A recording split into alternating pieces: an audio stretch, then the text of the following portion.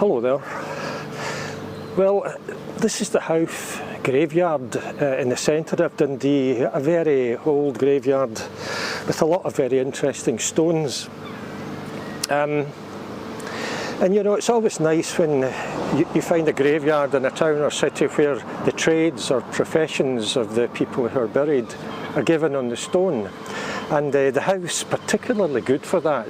I've seen a number of stones with various trades, brewers, bakers, and every walk of life in a big city. You don't always get that in some graveyards for some reason. I don't know whether it's just depends on who the stonemason is or what, or tradition in the area. I'm not sure. This is William Dukers, and he was a shipmaster in Dundee. And you know, I'm sure in this cemetery there will be a lot of shipmasters and ship captains, a lot of mill owners as well, given Dundee's past. But I mean, Dundee, like most places, has gone through many changes over the centuries, and these days there won't be so many shipmasters, not so many ships, and not so many docks, because about half of Dundee's docks have been filled in, as we'll perhaps see later on.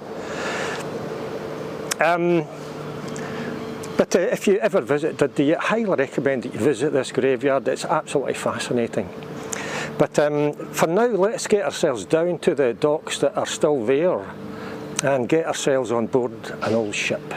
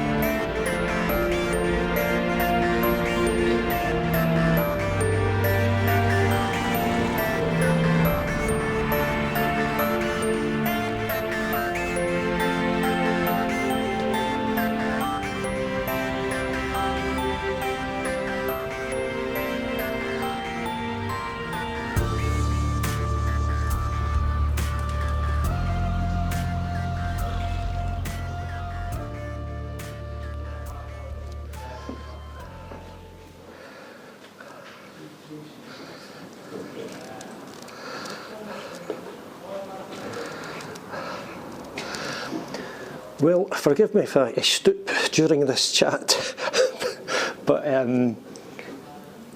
it's quite low in here. They must be very small in the old days. This is HMS Unicorn, the docks in Dundee.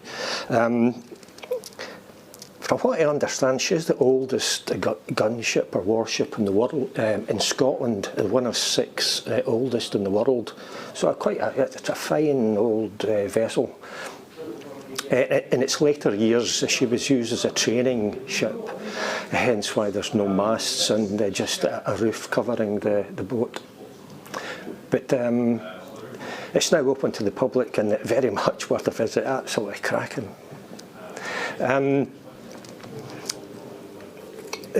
When doing research for this video, I came across a photo by James Valentine. He was a Dundee-based photographer, and he went on to create the Valentine series of postcards. He was a prolific photographer, not just in Dundee, but all over Scotland. And I spotted one of his photographs of a sailing ship in the Firth of Tay with Dundee in the background. I thought it was this ship. It turns out it wasn't, and I think that photograph was probably of HMS Mars, another warship. And in her later years, I think she also became a training ship. James Valentine, as I say, took a lot of photographs of Dundee, and HMS Unicorn is in one of the few remaining docks in Dundee, because, as I think I showed you as I came in this direction, that a lot of the docks have in fact been filled in. I think if we look at some of James Valentine's photographs of the old docks, the ones that are no longer there, we can see some fascinating stuff that, like far too many things, has gone.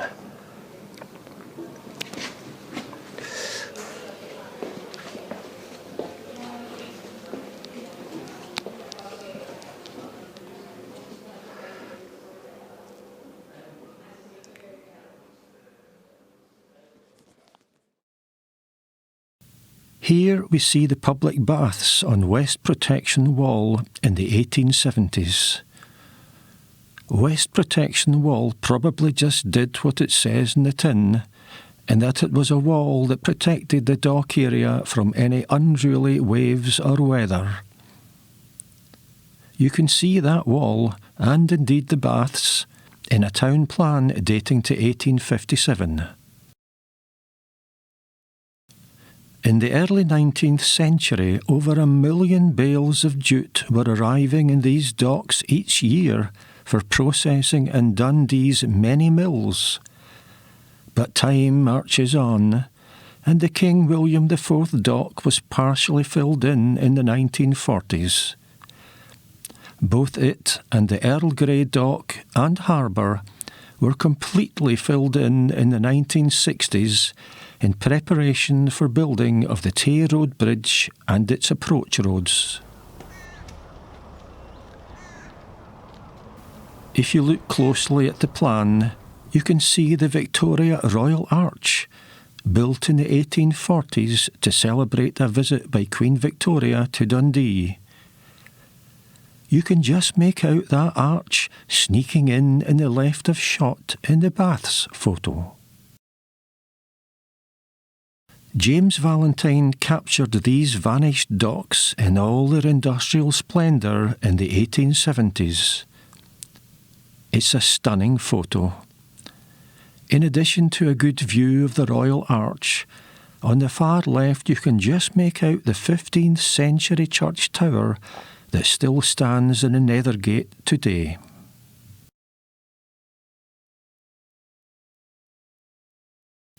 Another closer view of the arch, again in the 1870s. Looks pretty stunning, and I'm not entirely sure why they demolished it. If we zoom in, we can see men leaning against a building, a man sitting on a chain, and a man lying on the ground, as you do when the daily grind gets a bit too much. The arch was demolished in the 1960s, and the rubble used to fill in the docks.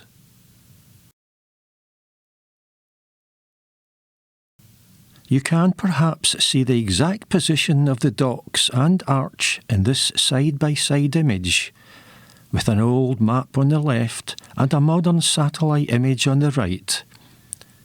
There's the arch back then, and its exact position today, now on the edge of Slessor Gardens, on the site of the old docks.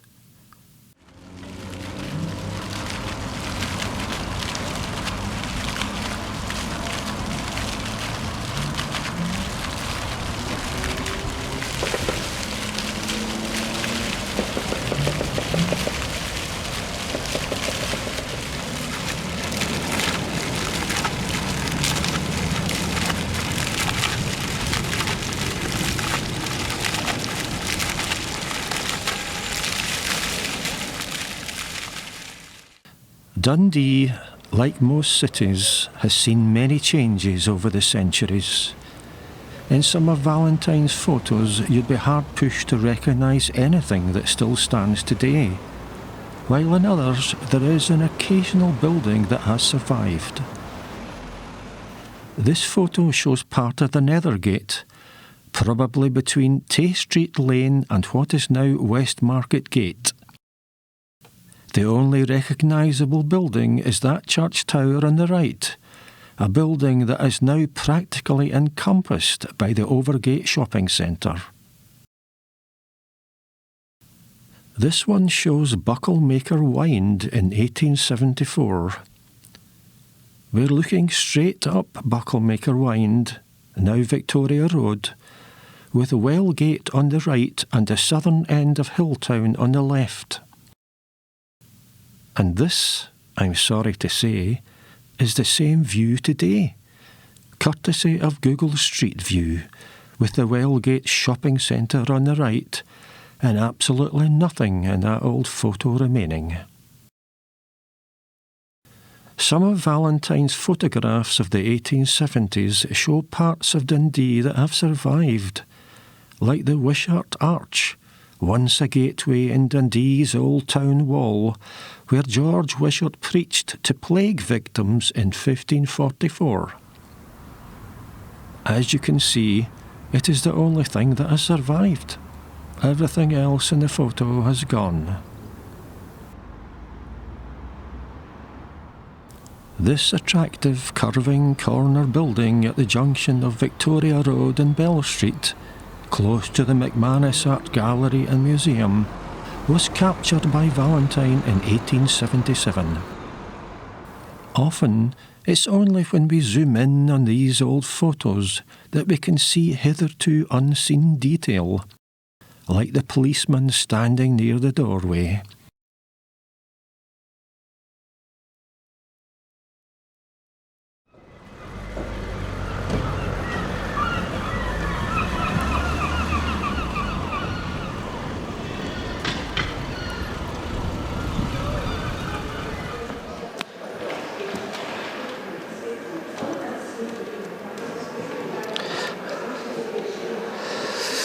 One of the many photographs captured by James Valentine in the late Victorian period was of the railway bridge over the Firth of Tay after a disaster in, I think it was December 1879, when during a pretty horrendous storm, the bridge, the central section of the bridge collapsed just as a train was passing over it, and that train plunged into the cold, icy waters of the River Tay, or the Firth of Tay. I'm in the McManus Museum and Art Gallery in Dundee, and this display here is probably one of the most moving displays you will ever see, or most moving objects that you will ever see in any museum anywhere. This is a window from one of the train carriages that plunged into the River Tay during that disaster. And it's just kind of terrible, really, to think that on that fateful day, somebody may well have been sitting at this window looking out of the window, admiring the view in the same way that I was as I was coming from Glasgow on the train. And just like that, they were plunged into the water and perished. It's not absolutely certain how many people were on the train. It's thought that perhaps 75 people may well have been on the train, and they all died that fateful day.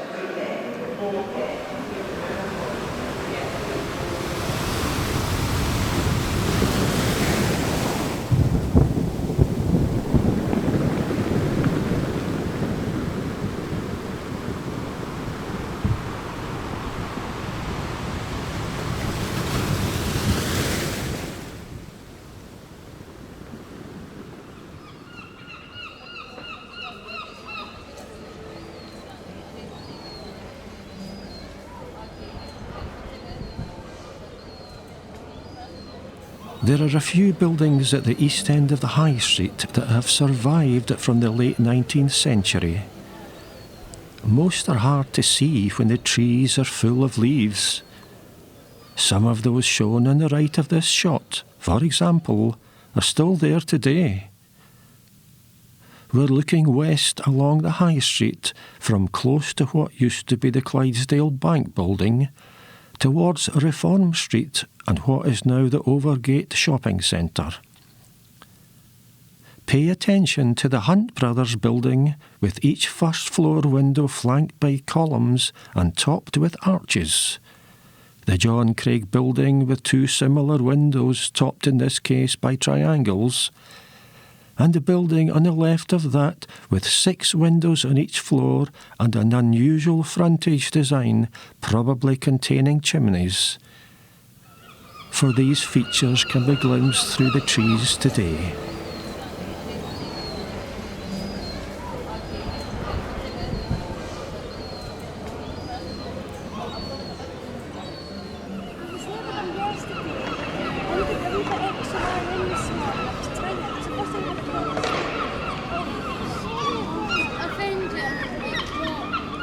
Another is the curving building at the corner of High Street and Reform Street, which is shown on a few of Valentine's views.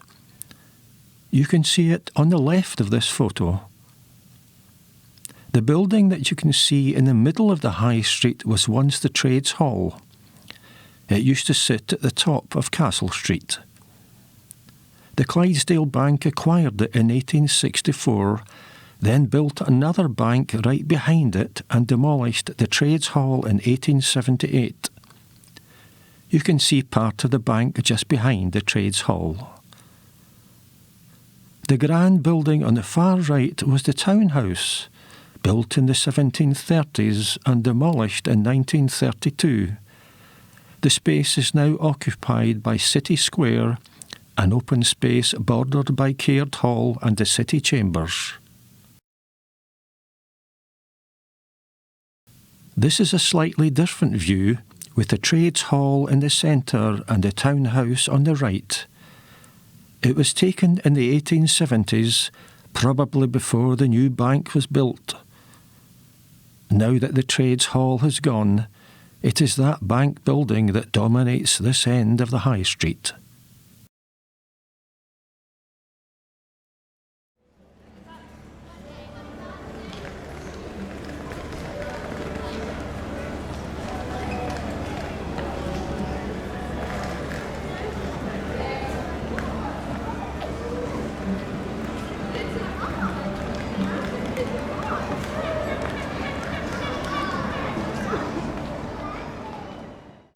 Dundee has for long been associated with the phrase jute, jam and journalism.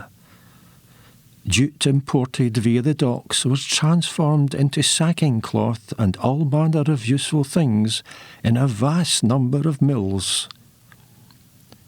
Keelers of Dundee became renowned the world over for their jams and marmalade. The firm was in business from the 1760s right up to 1992.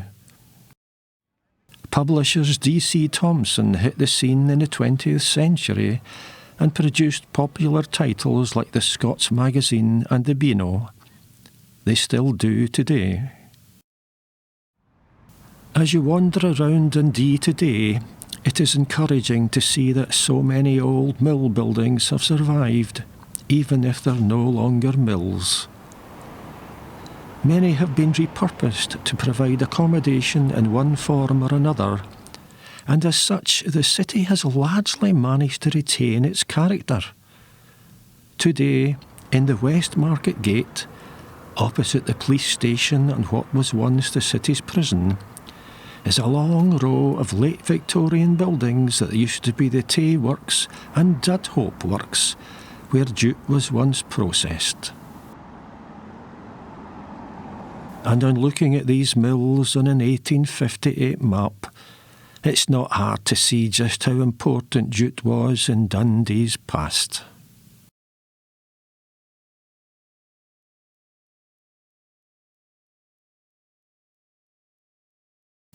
This is another of Valentine's photos, this time of Dundee Castle in the 1870s.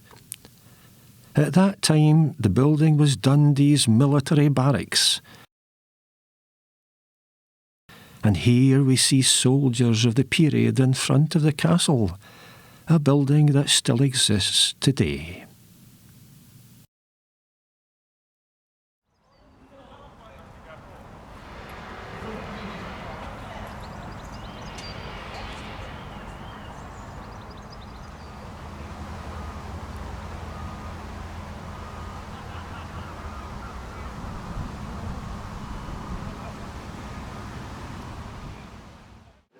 Fempop bypass. Sorry? Fempop bypass. What's that? Femoral popliteal bypass. And so this is blocked with arteries Right. blocked. So they've put graft in. That must be what our friend in Yorkshire got as well. They basically get a vein and upside down.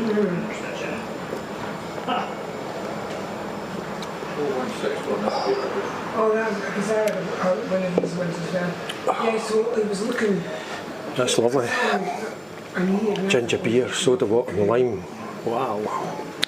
Very refreshing. So that was Dundee. I've done Dundee.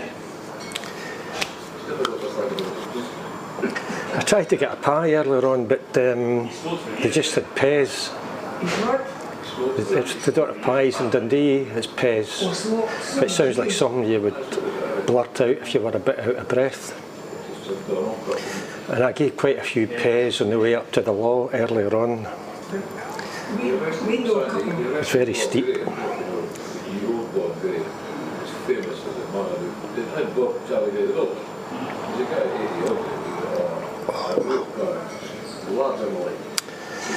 I thought I'd finish the video here. It's the Speedwell bar. Just a little outside of the city centre, you might say. It's also affectionately known as Menny's, after a landlady who worked here for about 50 years.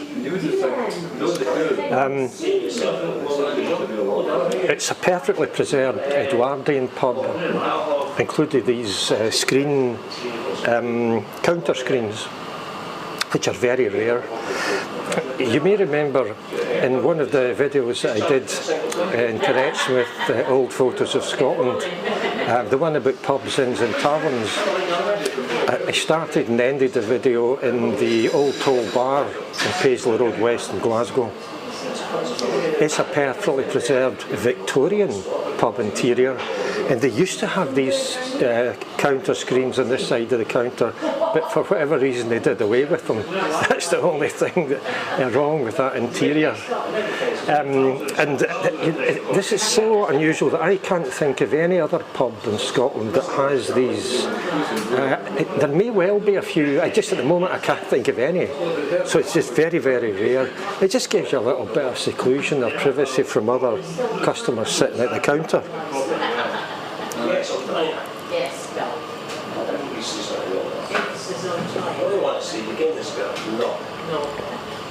Oh, that's beautiful. So anyway, to say that was Dundee. I hope you enjoyed it. To be honest, it's just nice to end here and to see that this little bit of Dundee survives. I'm Eddie Burns. Bye for now.